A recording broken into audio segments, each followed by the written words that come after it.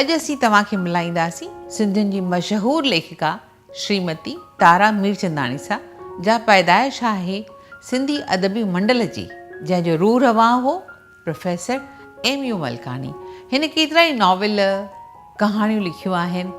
अॼु हुन खां ॿुधंदासीं संदसि ज़िंदगीअ जो अदबी सफ़र हुन कॾहिं शुरू कयो, कीअं शुरू कयो ऐं वधीक इनाम कीअं मिलियसि वग़ैरह वग़ैरह। अचो त मिलूं श्रीमती तारा मीरचंदानी सां। कीअं आहियो? जय झूलेलाल। ठीक है, ॾाढी ख़ुशी थी। आशा तूं आई आहीं, ॾाढो सुठो लॻो। एंड हाणे जेकी तूं हा, मूंखे हाणे तव्हांखां इहे ई सुवाल पुछणा आहिनि। जीअं असांजी जेका नंढी टही आहे, नौजवान टही आहे, उनखे ख़बर त पए त तारा मीरचंदानी हिकु शख़्सियत, हिकु नॉवलिस्ट, हिकु राइटर, साहित्यकार असां वटि आहे, जंहिं केतिरो न सुठा पंहिंजो कमु कयो आहे साहित्य में, केतिरी न सुठी रचनाऊं कयूं आहिनि।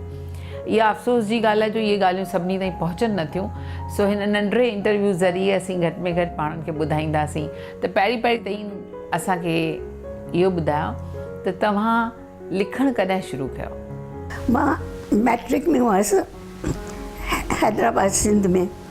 तॾहिं विद्यार्थियुनि हिकिड़ी संस्था जोड़ी, हा, तंहिंखे विद्यार्थी संगम जो नालो ॾिनो वियो ऐं उन्हनि अख़बार शुरू कई भई सिंध यूनिवर्सिटी बर्पा करण लाइ या स्टूडेंट्स खे कहिड़ियूं सहूलियतूं उते मिली सघनि थियूं, इन ख़्याल खां उहा अख़बार बर्पा कई वई। ऐं हुननि सभिनी खे ईअं महसूसु थियो, असीं सभु नंढा हुआसीं, हा, ईअं महसूसु थियो त उनजी एडिटर भई मां थियां। सो हुननि मूंखे अप्रोच कयो ऐं मां सचुपचु उनजो मां एडिट करणु शुरू कयो।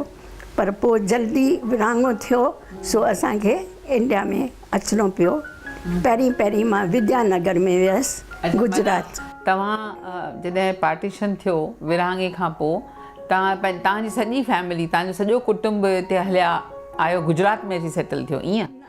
एक्चुअली असां ॿारनि खे उन्हनि कढियो त कीअं बि वञी पढ़ाई करियो। सो विद्यानगर कॉलेज जेको हो, तंहिंमें 150 सिंधी स्टूडेंट्स, जिन खे असांखे एडमिशन मिली, हा, विच हिन टर्म में। पोइ बॉम्बे आयासीं, उते मां जय हिंद कॉलेज मूं जॉइन कयो। इंटर आर्ट्स मूं उतां कई। अच्छा, त पोइ तव्हां लिखणु कॾहिं शुरू कयो एग्ज़ैक्टली इंडिया में अचण खां पोइ? हिंदुस्तान उते असांजो जेको प्रोफेसर हो, इंग्लिश जो प्रोफेसर, हा, प्रोफेसर M.U. मलकानी। अच्छा। न ॼाण छो हुनजो मूं में मोह पइजी वियो ऐं मुंहिंजो हुन में हुन मूं में राइटर जा अॼाण ॾिठा ऐं मूंखे पाण सां वठी हलियो सिंधी अदबी सभा में। हा, उन त घणेई सिंधी अदबी सभा त घणेई राइटर्स पैदा कया उन दौर में। पोइ उते जॾहिं मां पहुतसि, हा, त उते जे वायुमंडल ऐं उते जूं जेके बि जिन बि कहाणियूं पढ़ियूं या जेकी बि एटमॉस्फेयर हो, उन मां मूंखे हिकिड़ी चिंग खणी आयसि ऐं मूं उन ते कहाणी लिखी, सुर्ग जो सैर। अदबी सभा में मूं ॿिए हफ़्ते पढ़ी ऐं पोइ उहा जेका हुई सा इहो हिंदवासी में छपी हुई। पर उन मां जीअं मुंहिंजो ॿुधल आहे त इन अदबी सभा में त सभई हिक ॿिए ते चङी क्रिटिसिज़म कंदा हुआ। ख़ासि करे उते त्रिमूर्ति हुई, हा, वो गोविंद माली, कीरत बाबानी ऐं उत्तम, हा, उन्हनि जो तमामु घणो, यानी उन्हनि जो तमामु घणो उन्हनि ते असरु हूंदो हो, पर असांजे बहबूदीअ लाइ, हा, ईअं कुझु बि कान हो। हुननि जी क्रिटिसिज़म जेका हूंदी हुई, तनक़ीद जेका हूंदी हुई, त असांखे उभारण लाइ।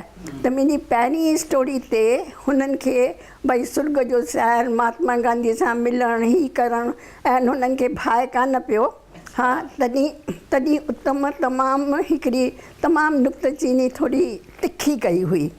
सो मां तमामु ढिरकी वियसि, परेशान थी वियसि, हा। पर पोइ मूंखे सभिनी वटां तमामु घणो प्यारु मिलियो।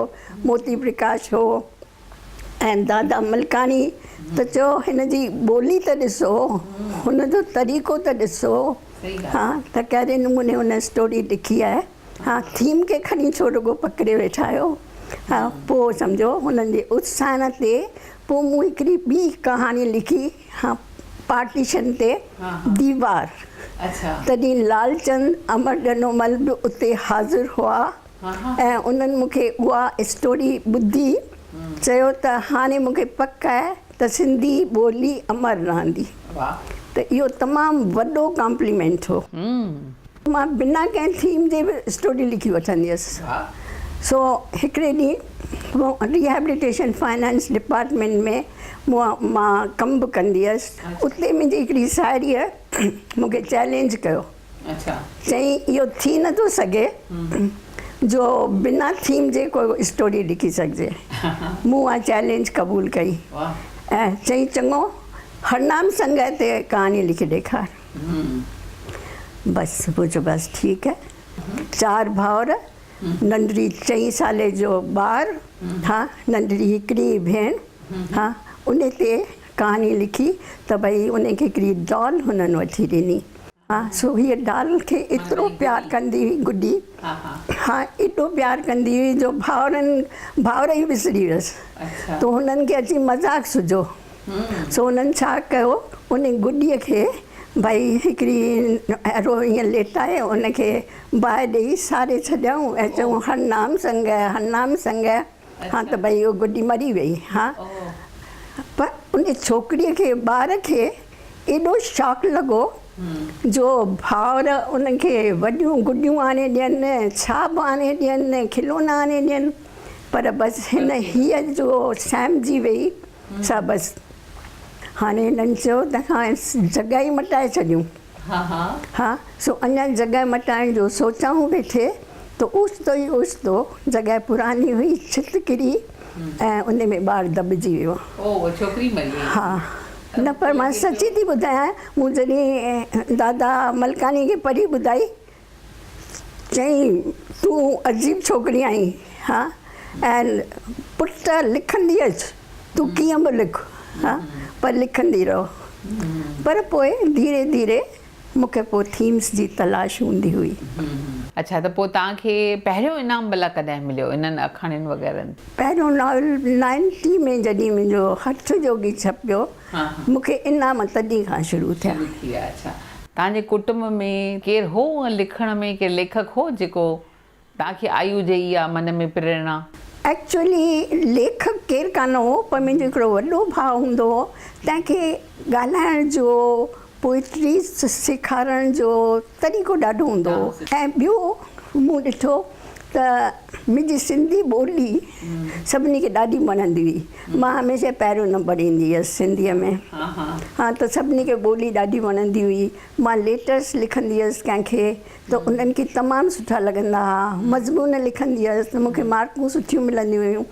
त ईअं पियो लॻो त ॼणो भई मुंहिंजी ॿोलीअ ते ज़ाब्तो आहे। तव्हांजी आखाणी ख़ासि जेका गोपू मशहूरु थी उहा माना ॿारनि जे नरम हृदय बाबति, उहा आखाणी तव्हां कीअं लिखी? एक्चुअली जॾहिं पार्टीशन थियो त असांजे साम्हूं ई हिकिड़ो घरु हो, ज़मीनदार जो घरु। हा उते हिकिड़ो ॿारु हो, हा ॾाढो सुहिणो सुठो प्यारो ॿारु।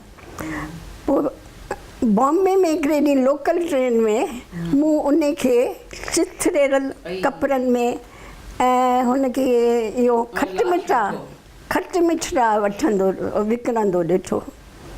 मूंखे एतबार ई कान आयो त हीउ असांजो उहो गोपू आहे। माना तव्हां हुनखे इन ग़रीबनि जे कपिड़नि में ॾिठो? लोकल ट्रेन में खट मिठड़ा विकिणंदे ॾिठो। मूंखां सुठो ई न थियो। मूं हुनखे तमामु घणो प्यारु कयो ऐं तमामु ईअं पोइ हाल चाल पुछियो। मां हिनखे वठी वियसि पाण सां घणो ई कुझु। पोइ हुनजे माइटनि सां गॾियसि, जेकी बि मां करे सघियसि मूं हुननि लाइ कयो। पर मुंहिंजे दिलि ते ईअं छपिजी वियो। मूं उहा आखाणी लिखी।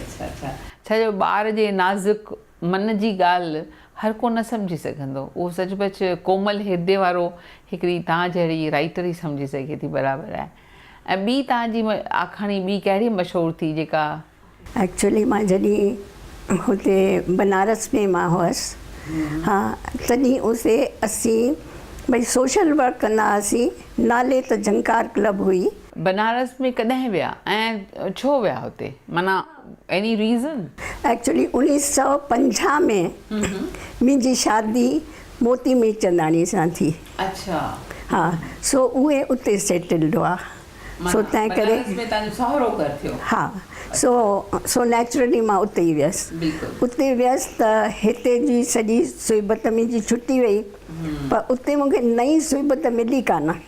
अच्छा। हा, इन करे ॾाढो मूंखे लॻंदो हो त मां कंहिंखे कहाणी पढ़ी ॿुधायां। पढ़ंदी त मैगज़ीन्स त सभु ईंदियूं हुयूं, किताब ईंदा हुआ, मां पढ़ंदी हुअसि, लिखंदी हुअसि, मोकिलींदी हुअसि कहाणियूं, पर मूंखे उहो खाज कान मिलियो उते। पोइ मां वञी सोशल वर्क में पियसि। हा, अच्छा, पोइ उते छा हो जो हिकिड़ो ड्रामा सम्झो हो। हा, तंहिं लाइ असां हिकिड़ी हीरोइन चूज़ कई। हुनजो एॾो हूंदो हो जो खिलंदी हुई त सभु हुन सां गॾु खिलंदा हुआ, रुअंदी हुई त सभु हुन सां गॾु रुअंदा हुआ। त उहो कैरेक्टर जेको हो न, सो मुंहिंजे बिल्कुलु मन में छांइजी वियो हो हुनजो। हा, पोइ उन ते मूं भावना कहाणी लिखी, उहा मुंहिंजी सभिनी खां बेस्ट कहाणी आहे। सिंधी स्त्री लेखिकाऊं हुयूं, उन्हनि मां तव्हांखे सभिनी खां वधीक कंहिंजूं रचनाऊं वणंदियूं? सच करे पुछे त पोपट जूं तमामु स्ट्रॉन्ग हूंदियूं हुयूं, ऐं सुंदरी ऐं कला जूं घरू स्टोरीज़ हूंदियूं हुयूं। ऐं सुंदरीअ जे कहाणियुनि मूंखे तमामु मुतासिर कयो हो।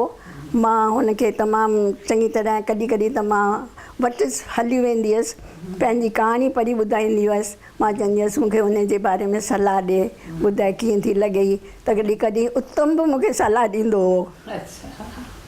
त सुठो लॻंदो हो।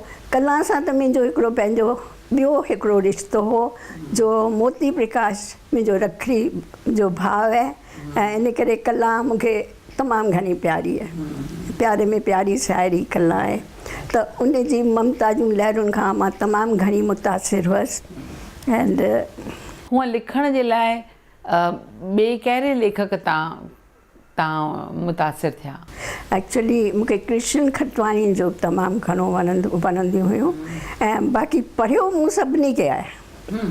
हा, पढ़ियो मूं सभिनी खे आहे, पर ख़ासि करे इहो कृष्ण खटवाणी जी हिकु हिकु कहाणी मूं ते चङो प्रभाव छॾींदी हुई, ऐं हुनजो बि मूं ते तमामु घणो हथु हो। इहे ॼण त हिकिड़ो पंहिंजो लेखकनि जी बि हिकिड़ो पंहिंजो कुटुंब हो, जंहिंमें सभु वेझा पंहिंजा पंहिंजा। अच्छा, हाणे जे इनामनि जी ॻाल्हि कंदासीं त तव्हांखे हठ योगी ते किताब ते इनाम मिलियो। एक्चुअली पहिरीं त हठ योगी ते मिलियो, हा, इहो साहित्य अकेडमी अवार्ड, पर उन खां अॻु में उत्तम, हा, पहिरियों इनाम, हा, मूंखे उत्तम ॾिनो हो। हा, नई दुनिया, नई पब्लिकेशन जे पारे। हा, उन ख़ासि इहो शायदि रिवायत शुरू कई हुई जो उन्हनि ॾींहंनि में शायदि 4 आना 8 आना बि इनाम जा ॾींदो। उन वटि 1000 रुपया हो, पर सुठो सेंट्रल गवर्नमेंट वटां 5000 उतां मिलियो। जॾहिं 90 में मुंहिंजो इहो किताबु छपियो, सचमुच साहित्य अकेडमी वारनि इनाम मूंखे 93 में ॾिनो। अच्छा, किताबु उन वक़्तु 90 में छपियो हूंदो, पर 3 सालनि जे विच में। हा, मूंखे उहो इनाम तॾहिं मिलियो। पोइ इहो राम पंजवानी ट्रस्ट वटां उतां मिलियो, फाउंडेशन उन, ऐं मुंहिंजे ख़्याल में अखिल भारत सिंधी ॿोली उतां मुंहिंजे कुल कंट्रीब्यूशन लाइ मूंखे उतां इनाम मिलियो। पर हठ योगी लाइ मूंखे 95 में ख़ासि जेके भारतीय भाषा कलकत्ता मां, उहो तमामु हिकिड़ो वॾो इनाम हो। ऐं पर उहो रिसेंटली जीअं मूंखे यादि आहे त तव्हांखे सिंधी अकेडमी दिल्ली जे तरफ़ां बि ॾिनो वियो हिकिड़ो अवॉर्ड। हा, मूंखे उतां अचीवमेंट अवॉर्ड उहो बि मिलियो, एंड दिल्ली साहित्य अकेडमी वटां मूंखे ख़ासि 1.5 लख जो अवॉर्ड मिलियो। ऐं मुंहिंजो हठ योगी किताबु सिंध में छपियो, उते तमामु क़बूलु पियो, ऐं उन्हनि मूंखे 50,000 इनाम ॾिनो। तंहिंखां पोइ हुननि मुंहिंजो ॿियो स्टोरीज़ जो 30 स्टोरीज़ जो किताबु हुननि छपियो। हा, कॾहिं बहार त कॾहिं खिज़ान।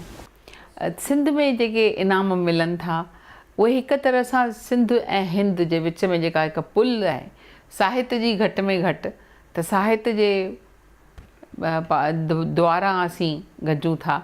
इहा ॾाढी सुठी ॻाल्हि आहे जो सिंध में बि अॼुकल्ह हिते जा किताब छपजनि था। आशा मां सम्झां थी मूं अॼु ॾींहं ताईं कान ॿुधो त सिंध मां को घणनि खे इनाम मिलिया आहिनि।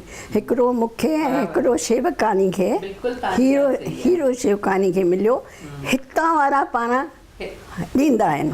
सिंध वारनि जी पाण बराबरि आहे। साहित्य में घणनि खे इनाम ॾिना विया आहिनि। अखिल भारत सिंधी ॿोली साहित्य सभा जे तरफ़ां लॻभॻि हर साल असीं को न को इनाम ॾींदा रहंदा आहियूं। ऐं ख़ासि घुराए जेतोणीकि जेके बि उते विया आहिनि सिंध में तमामु ख़ुशि थी मोटिया आहिनि। चवनि था असांजी तमामु आओ भगत तमामु थींदी आहे, तमामु सुठे नमूने रखंदा आहिनि। ऐं साॻे नमूने असां वटि बि जॾहिं ईंदा आहिनि त असीं उन्हनि खे ओतिरो ई प्यार ऐं उहो आओ भाव ॾींदा आहियूं।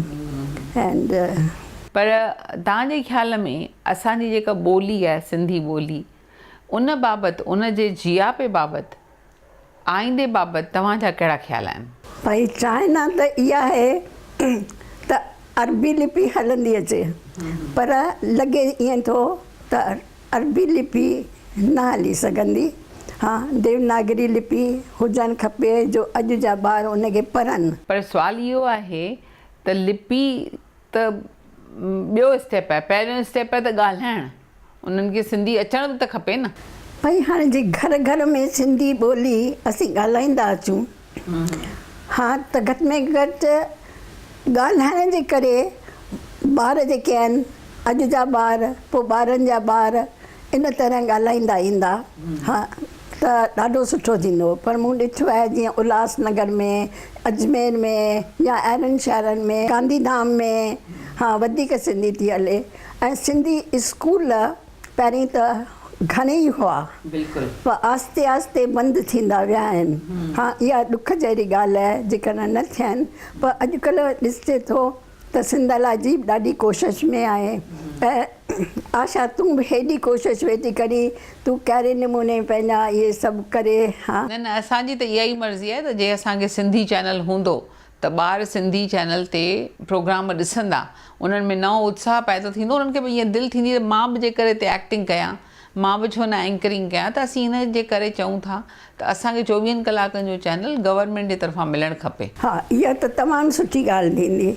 ऐं ॿियो मूं उते ॾिठो असांजे अदबी सभा जेका हिते जी आहे उते, हा उते 3, 4, 5 हीअं यंगस्टर्स यंग छोकिरियूं आहिनि जेके सिंधीअ में ॻाइनि थियूं, सिंधीअ में ॻाल्हाइनि थियूं। ऐं सुठे नमूने मूंखे ॾाढो फ़ख़ुरु आहे इन ॻाल्हि। पोइ इहा अदबी सभा पूने में आख़िर कॾहिं थींदी आहे? माना हर महीने थींदी आहे? हर महीने जे घणो करे 3 हफ़्ते जे छंछरु जे ॾींहुं हूंदो आहे। ऐं ॿियो केर बि ॿाहिरां ईंदो आहे त असीं ख़ासि रखंदा आहियूं। ऐं उते बि तव्हीं वेंदा आहियो, पंहिंजूं आखाणियूं वग़ैरह पढ़ंदा कंदा आहियो? कॾहिं कॾहिं जीअं सेशन हूंदी आहे, आखाणी जी हूंदी आहे, कॾहिं शाइरनि जी हूंदी आहे, कॾहिं कंहिंजो ख़ासि वॾो ॾींहुं हूंदो आहे, बेबस जो ॾींहुं आहे, दुखाइल जो ॾींहुं। त माना इहे सभई ॾींहं बि तव्हीं मल्हाईंदा आहियो गॾिजी करे। पोइ भला कल्चर जे हवाले सां कुझु इहे ॾिण वार जेके आहिनि उहे बि तव्हीं कुझु कंदा आहियो? ॾिण वार कनि पिया। हा, वो झूलेलाल जा फंक्शन्स ऐं इहो तमामु चङी तरह थियनि पिया ऐं उहो सभु सुठो। पर हिकिड़ो मूं अदबी सभा जी हिकिड़ी मीटिंग में मूं हिकिड़ी जेका नई ॻाल्हि ॾिठी ऐं जंहिं मां ॾाढी ख़ुशि थियसि जो उते जा मराठी ॿार, तमामु नंढा नंढा ॿार, मराठी ॿार, 3 ॾाढा दुखाइल जो ॾींहुं हो। अच्छा। हा, उन ते सिंधीअ में हा कविताऊं ॻायूं, सिंधीअ में कहाणियूं ॿुधायूं नंढियूं। एंड सचुपचु मां त रुॻो वेठे मूं तारियूं वॼायूं। मूं चयो वाह वाह वाह वाह, ॾाढी ख़ुशी थी सचुपचु। सुठो। इहे कोशिशूं सचुपचु असांखे कामयाबु कंदियूं, सिंधियुनि खे अॻिते वधाईंदियूं, ॿोलीअ खे सदाईं क़ाइमु रखंदियूं, इहो पक्का आहे। हाणे तव्हां का अहिड़ी ॻाल्हि ॿुधाइणु चाहींदा पंहिंजे दर्शकनि खे? बसि हाणे एक्चुअली धीरे मुंहिंजो लॻाव जेको आहे हा थोरो धर्म लाइ। हींअर लॻंदो आहे त कहाणी लिखां थी या छा, त सॼो वक़्तु उन में मां इनवॉल्व आहियां। हा, तंहिंखां मूंसां गॾु छा हलंदो, मूंसां नेम हलंदो, फेम हलंदो, छा हलंदो मूंसां। तंहिं करे हीअं न मां पाण में हा डुबकी हणणु थी चाहियां ऐं सिंसियरली मूंखां हाणे पुॼे बि नथो। मुंहिंजी तबियत बि हाणे तमामु ढिली थी वई आहे। पर तॾहिं बि ताईं लिखो पिया, लिखंदा आहियो ऐं लिखंदा रहिजो। इंसान त इहो कमु कंदो रहंदो न। भॻवानु कलम ॾिनो आहे त उहो त हलंदो रहंदो, पर हाणे मुंहिंजो लॻाव थोरो ॿिए नमूने थींदो पियो थिए, तंहिंजे करे तव्हां उन में वधीक वक़्तु ॾियो पिया। बाक़ी पढ़णु घटाए छॾियो अथव। बसि असीं चाहींदासीं त तव्हां लिखंदा रहो।